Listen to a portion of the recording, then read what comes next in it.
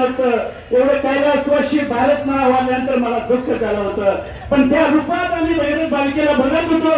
पण तो तर निघाला किरसुनीपोटी मुळा जन्माला आला.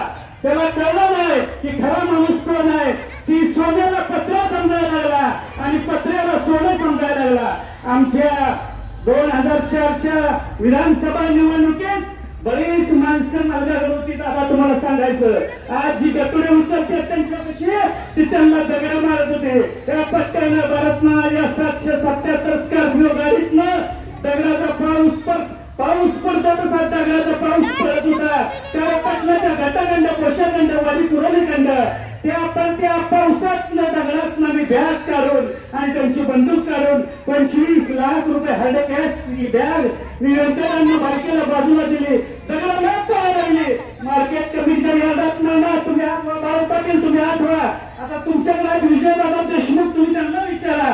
पोलीस स्टेशनला रात्रीच्या 2-2 वाजता आता मी दम देत होतो.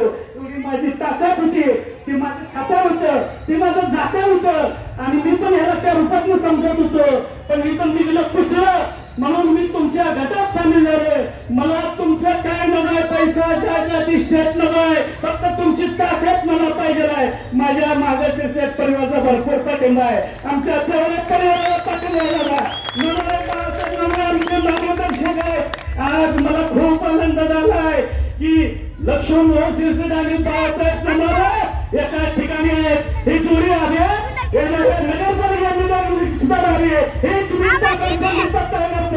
गेले अनेक वर्ष मी अभ्यास होतो की लक्ष्मण बाळासाहेब नमारे सख्या भावाप्रमाणे 40 वर्ष झालं प्रेम करत होते. कुणीतरी दुधात मिठाचा खरा टाकला आणि त्या बाळासाहेबाला ती खरा लागला मिठाच्या दुधामध्ये, म्हणून त्यांची थोडी भाषा बदलली होती.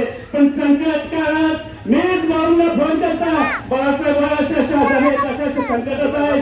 मी बाळासाहेबाला भेटायला गेलो तर काही लोक मला दम द्यायचे. अरे तू कशाला तिथं लक्ष्मण भाऊला घेऊन गेलाय. अरे त्याचा सख्या भाव आहे त्याला बघायला गेलं. मग मी काय चूक केली, माझी चूक असेल तर मला चप्पल काढून आणा. मला लय दम देत गेला. दादा मी तुमच्या पार्टीत प्रवेश केला. सकाळी 7ला गोल्डन टेला मी गेलो. त्यावेळेस म्हातारा माणूस आला.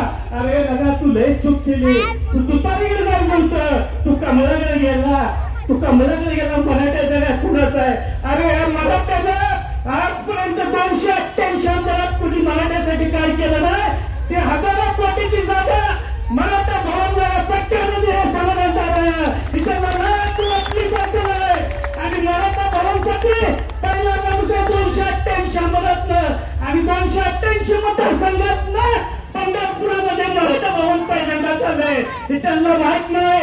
आणि मराठ्यासाठी तिथं पंढरपूरला मुला मुलींच्या हॉस्टेलसाठी समाधानदारांनी माननीय मुख्यमंत्र्यांकडे चर्चा केलेली आहे आणि ते मंजुरी मिळाली. आम्ही एवढंही सांगतो आजपर्यंत मराठ्यांना पैसे कधी मिळत नव्हते. तरुण पोरांना 15-20 लाख रुपये फी द्यायची.